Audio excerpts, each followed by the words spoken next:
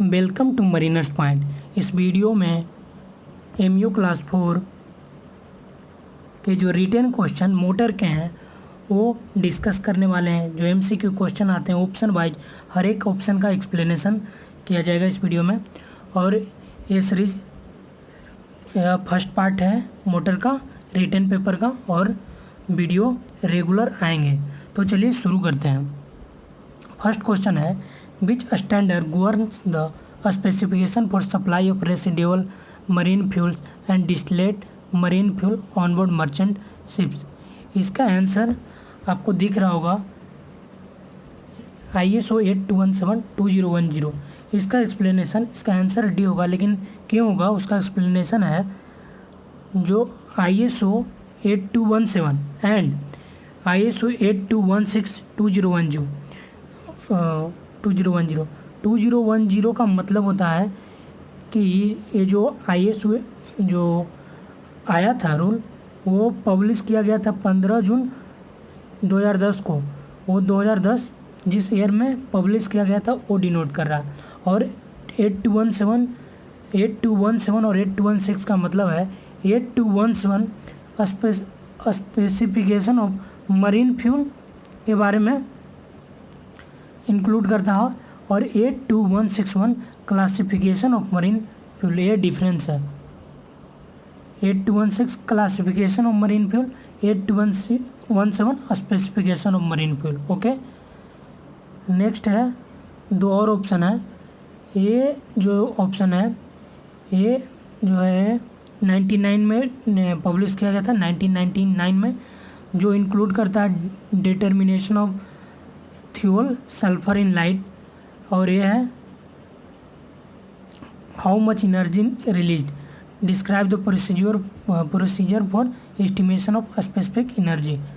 वो क्या क्या इंक्लूड करता है, density, sulphur content, everything. But हमारे लिए इम्पोर्टेंट है ये दोनों, और एक होता है स्पेसिफिकेशन और एक होता है क्लासिफिकेशन। ओके, तो अब नेक्स्ट क्वेश्चन की तरफ बढ़ते हैं।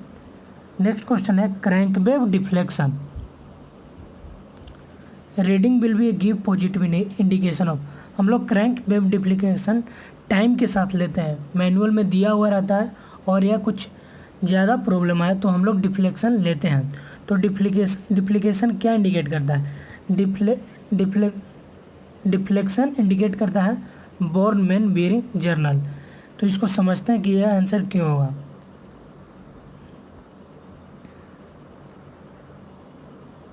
हम लोग क्रैंकशाफ्ट डिफ्लेक्शन लेते क्यों हैं? तो हम लोग क्रैंकशाफ्ट डिफ्लेक्शन लेते हैं कि जो बेयरिंग्स है अपना, वो मिस अलाइनमेंट तो नहीं हो गया। For checking the misalignment of main bearing we take the crankshaft deflection. Okay, crankshaft deflection. और ये डिफ्लेक्शन क्यों होगा? डिफ्लेक्शन हो सकता है due to bearing wear of deflection of the crankshaft. इसका मैं इमेज एक दिखाता हूँ, उससे आप क्लियर समझ जाएंगे। यह हम लोग किस इंस्ट्रूमेंट से लेते हैं? तो स्प्रिंग लोडेड डायल गेज से लेते हैं। हम लोग फोटो देखेंगे तो बेयरिंग बियर ऑफ क्या बोलते हैं, क्रैंकशाफ्ट डिफ्लेक्शन कैसे, मतलब ये तो मेजर किया जाता है, मिस अलाइनमेंट तो नहीं होता, लेकिन ये किस कारण हो? Due to bearing wear of deflection of the crankshaft. तो एक हम लोग इमेज देखेंगे, उससे हम लोग को समझ में आ जाएगा। यह फोटो है जिसमें एक क्रैंक वेव है, एक क्रैंक पिन है। तो ये नॉर्मल कंडीशन में है, जिसमें मिस अलाइनमेंट नहीं है। यहाँ पर जनरल बेयरिंग का जो एक जो जनरल बेयरिंग है, बोर्न बियरिंग, इसमें बियर नहीं किया, बोर्न बियरिंग ऑफ इसमें नहीं हुआ है। बट अब हम लोग सेकंड देखेंगे फिगर, तो यहाँ बियरिंग बोर्न हो गया है। तो इसके कारण देखिए हमारा मिस अलाइनमेंट शो हो रहा है। सिमिलर लोड पे देखेंगे तो यहाँ पर देखिए मिस अलाइनमेंट दिखा रहा है। तो worn bearing of journal bearing deflection of crankshaft होता है, और वो मिस अलाइनमेंट को डायरेक्टली इंडिकेट करता है। ओके, तो इसका आंसर ये हो जाएगा, क्योंकि crank web deflection reading gives positive indication of worn main bearing. Okay, explanation है कि crankshaft deflection are measured to detect the misalignment. इसको हम लोग मेजर क्यों करते हैं? मिस अलाइनमेंट को फाइंड करने के लिए। और ये क्यों होगा? ड्यू टू बियर और deflection of crankshaft, due to bearing wear. Okay, next question, इसको किससे मेजर करते हैं वो पता चल गया। EST स्टैंड्स फॉर, ये सिंपल है, external super heater D type. EST का फुल फॉर्म क्या होता है? External super heater D type. Next question है, the advantage of tie rod over an engine without tie rod. What are the advantage of tie rod engine? और if किसी engine में tie rod है और किसी इंजन में tie rod नहीं है तो उसका एडवांटेज क्या है टाई रॉड वाले? तो इसका आंसर है कि, इसका आंसर आप देख सकते हैं, इसका आंसर नीचे एक्सप्लेन किया गया है कि, पहले ऑप्शन देख लेते हैं। The engine is very easily aligned after any misalignment has taken place between the different component of engine. इसका कहने का मतलब हुआ कि हम लोग इंजन को अगर ओपन करेंगे और जब हम लोग बॉक्स बैक करेंगे तो उस टाइम हम लोग को अलाइन करने में आसानी होगा। ओके, अगर हम लोग दूसरा ऑप्शन देखते हैं, the engine does not require thrust pad for transmission. नहीं, ये नहीं, गलत होगा, ये नहीं होगा। The engine component are much lighter leading, ये भी नहीं होगा। दे आर नो एडवांटेज है, इसका एडवांटेज है, टाई रॉड होने का एडवांटेज है।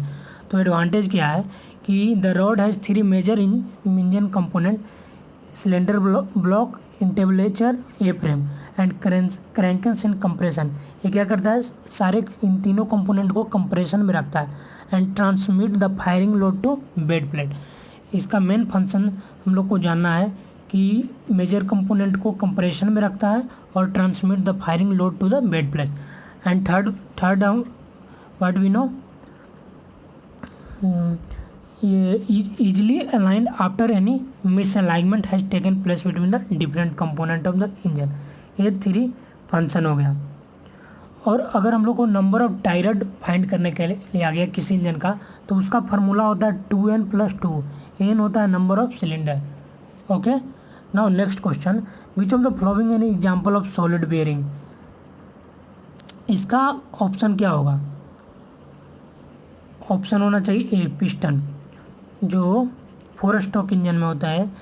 पिस्टन रॉड नहीं होता है जिस इंजन में, हम लोग पिस्टन पिन यूज करते हैं, पिस्टन कनेक्टिंग रॉड को पिस्टन से कनेक्ट करने के लिए।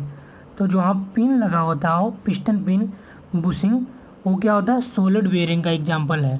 ओके, टर्बो जनरेटर में हम लोग सॉलिड बेयरिंग यूज नहीं करते। स्प्रिंग बेयरिंग में बेयरिंग होता है लेकिन उसमें एक प्लेट होता है जो स्प्रिंग की तरह काम करता है। थ्रस्ट बेयरिंग भी नहीं होगा। जनरल बेयरिंग को हम लोग प्लेन बेयरिंग बोलते हैं और सॉलिड बेयरिंग भी बोलते हैं, लेकिन यहाँ थ्रस्ट बेयरिंग ऑप्शन दिया हुआ तो थ्रस्ट बेयरिंग नहीं होगा। थ्रस्ट बेयरिंग और जनरल बेयरिंग में अंतर क्या है?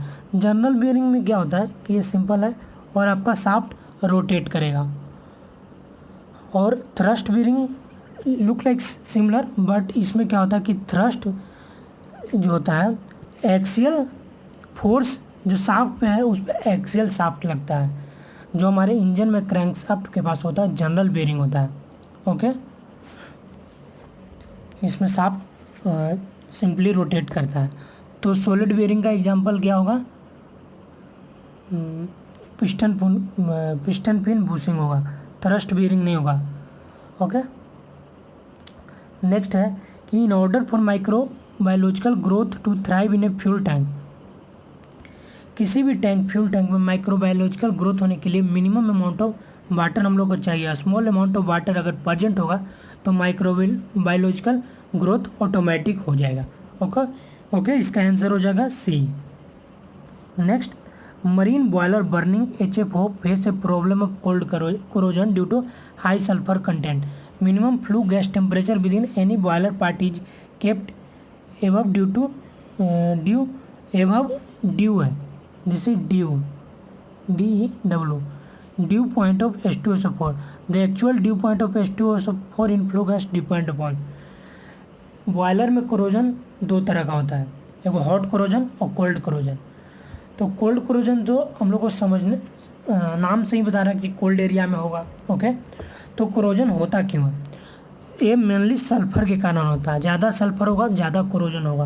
अगर हॉट एरिया रहेगा तो हॉट, अगर कोल्ड एरिया में होगा तो cold corrosion. Area in the presence sense कि फर्नेस में ही कोल्ड प्लेस पे होगा। Cold place temperature particular temperature से कम होना चाहिए। ऐसा नहीं कोल्ड एरिया जैसे ठंडे इलाके में नहीं।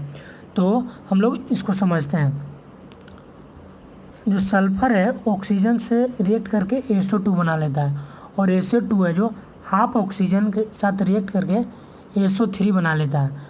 SO2 ये वेनेडियम के प्रेजेंस में होता है, V2O5 के प्रेजेंस में कैटालिस्ट के रूप में काम करता है V2O5। Sulphur plus oxygen SO2 और SO2 plus half oxygen SO3 बन जाता है। ये वेनेडियम ऑक्साइड के प्रेजेंस में। ओके, नाउ क्या होगा, जो SO3 है जहाँ पर इसको थोड़ा सा मॉइस्चर और वाटर कंटेंट मिलेगा, ये H2SO4 में कन्वर्ट हो जाएगा, और जो H2SO4 वो कोरोजन के लिए रिस्पॉन्सिबल होगा। तो ये कहाँ पे होगा पहले ये समझते हैं। तो ऐसे एरिया में होगा जहाँ पे कंडेंसर लगा होगा, ये तो हम लोग पढ़ लिए हैं। कोल्ड रीजन जहाँ preheater install just before the flue gas exist to the stack और इंड्यूस्ड ड्राफ्ट फैन, इन्हीं एरिया में कोल्ड कोरोजन होगा। तो अगर टेम्परेचर लेस नहीं रहेगा तो कोल्ड कोरोजन नहीं होगा। तो टेम्परेचर लेस, पहले तो हम ड्यू पॉइंट समझते हैं। ड्यू पॉइंट मतलब होता है रिलेटिव ह्यूमिडिटी 100%, ऐसा टेम्परेचर जिसमें मॉइस्चर कंटेंट बढ़ता जाए और रिलेटिव ह्यूमिडिटी 100% हो जाए। तो अगर हम लोग को टेम्परेचर नहीं मिलेगा, मॉइस्चर नहीं मिलेगा, तो कोरोजन नहीं होगा। तो कोल्ड कोरोजन का मेन रीज़न है high sulphur content and moisture in the combustion air. जो एयर बाहर से आ रहा है उसमें अगर मॉइस्चर होगा तो SO3 वाटर के साथ रिएक्ट करके H2SO4 बना लेगा। अगर क्वेश्चन पूछे कि कोल्ड कोरोजन बॉयलर में किसके स्थान में होगा, तो ये होगा किसके कारण होगा, तो हाई सल्फर कंटेंट और moisture in the combustion air, क्योंकि कंबसन एयर में ही मॉइस्चर आ रहा है। अगर प्री हीटर है तो वहाँ पे एयर ड्राफ्ट है, वहाँ पे। यहाँ बॉयलर फर्नेस टेम्परेचर नहीं, एम्बिएंट टेम्परेचर, एयर टेम्परेचर, क्योंकि ड्यू पॉइंट से टेम्परेचर वेरी करेगा। रिलेटिव ह्यूमिडिटी 100% होने के लिए टेम्परेचर वेरी करेगा। बॉयलर ऑपरेटिंग प्रेशर नहीं, तो हमारा जो कंबसन एयर हो रहा, एयर जो आ रहा है कंबसन के लिए ड्राफ्ट एयर से, उसमें जो मॉइस्चर वो डिसाइड करेगा तुम हमारा कोरोजन। ओके, अब नेक्स्ट क्वेश्चन के लिए बढ़ते हैं। तो इसका रिस्पॉन्सिबल दिया हुआ है कि sulphur content, high due point of the acidic constitute of flue gas and moisture content of the fuel air use in the combustion. Okay, ये 3 पॉइंट हम लोग को याद रखना है कि कोल्ड कोरोजन बॉयलर में कौन कौन रिस्पॉन्सिबल है। तो एक sulphur content, high due point of the flue gases and moisture content of fuel and air use for the combustion, क्योंकि सल्फ्यूरिक एसिड का फॉर्मेशन ही होता है SO3 in presence of water. जहाँ मॉइस्चर मिलेगा ये H2SO4 में कन्वर्ट हो जाएगा। नेक्स्ट क्वेश्चन है the purpose of air cooler in the super charging system. हम लोग देखते हैं कि जो सुपर चार्ज सिस्टम रहता है, इंजन रहता है, उसमें जो हमारा जो एयर है उसको हम लोग कूलर से पास करवाते हैं। क्यों? तो इसलिए हम लोग पास करवाते हैं कि सुपरचार्ज एयर का जो एयर कम हो जाए एंड वो डेंसिटी बढ़ जाए। इंक्रीज डेंसिटी मतलब ज़्यादा से ज़्यादा एयर आएगा। इंक्रीज डेंसिटी बराबर मास बाय वॉल्यूम। डेंसिटी बढ़ रहा है मतलब सेम वॉल्यूम में मास ज़्यादा आ रहा है, ज़्यादा एयर अवेलेबल हो रहा है, तो कंबसन हमारा ज़्यादा होगा। तो एयर कूलर का पर्पस मेन है हमारा एयर को ठंडा करने के लिए। जितना जैसे टेम्परेचर बढ़ेगा तो एयर एक्सपेंड करेगा, वॉल्यूम एक्सपेंड करेगा तो डेंसिटी कम जाएगा और मास भी एयर का कम जाएगा। इसीलिए हम लोग ठंडा कर रहे हैं। जितना ज़्यादा ठंडा करेंगे हमारा सेम वॉल्यूम में मास बढ़ जाएगा, और मास बढ़ेगा तो हमारा कंबसन प्रोसेस ज़्यादा होगा, इफिशियंसी इनडायरेक्टली हम लोग बोल सकते हैं कि इफिशियंसी बढ़ जाएगा। एंड और इसको हम लोग cool down below due point से क्यों कूल करते हैं कि जो मॉइस्चर है वो भी बाहर निकल जाए। मॉइस्चर क्या होता है, ज़्यादा से ज़्यादा वाटर मॉइस्चर नबे रिलेटिव ह्यूमिडिटी हम लोग पढ़े हैं, तो मॉइस्चर को भी हम लोग हटाने 3 फंक्शन है कूलर का, increase density, cool down below the due point two remove moisture, और फाइनली हम लोग ये लोग बोलेंगे कि इफ़िशियंसी बढ़ाएगा। अगर ये भी क्वेश्चन आता है कि what is the advantage of turbocharger, तो टर्बो चार्जर का मेन अगर हम लोग टेक्निकली बोलेंगे to increase air to weight ratio हम लोग इंक्रीज करने के लिए, क्योंकि हम लोग का कंबसन चैम्बर सेम है, हम लोग एयर बढ़ा रहे हैं, तो ये मेन एडवांटेज है किसका, टर्बो चार्जर का। सिमिलर यहाँ हम लोग कूल क्यों कर रहे हैं, तो हम लोग एयर का मास बढ़ा रहे हैं, डेंसिटी बढ़ा रहे हैं, और मॉइस्चर को भी बाहर निकालना है। अगर मॉइस्चर नहीं निकालेंगे तो कंबसन में हम लोग को प्रॉब्लम होगा, वहाँ भी क्रोजन होगा। यूज ऑफ हेलोन सबसे अच्छा मीडियम है फायर एक्सटिंग्विशिंग के लिए, लेकिन मेन डिसएडवांटेज है कि O3 को डिप्लीशन में हेल्प करता है, इसीलिए हम लोग यूज नहीं करते हैं। While halon is consider a clean agent by the National Fire Protection Association because it is electrically non conducting and does not leave a residue.